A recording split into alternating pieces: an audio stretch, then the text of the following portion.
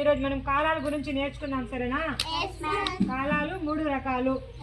ఒకటి భూతకాలం. భూతకాలం అంటే జరిగిపోయిన పనిని భూతకాలం అంటారు. వర్తమాన కాలం అంటే ప్రస్తుతం జరుగుతూ ఉన్న పనిని వర్తమాన కాలం అంటారు. జరగబోయే పనిని భవిష్యత్ కాలం అంటారు. నిన్న కొంచెం మనం చెప్పుకున్నాం కాబట్టి ఇప్పుడు నేను కొన్ని క్వశ్చన్స్ అడుగుతాను. మీరు ఏ క్వశ్చన్ దానికి ఆన్సర్ ఏదైతే ఉంటుందో అటువైపు జంప్ చేయండి మీరు, సరేనా?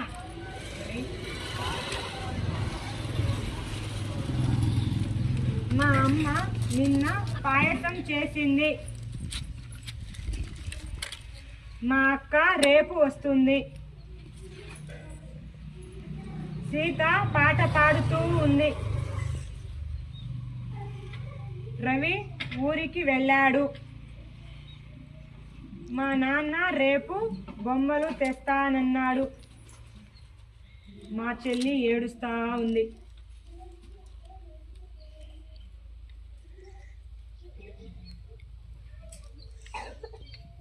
మేము నిన్న మ్యాథ్స్ యాక్టివిటీ చేశాము.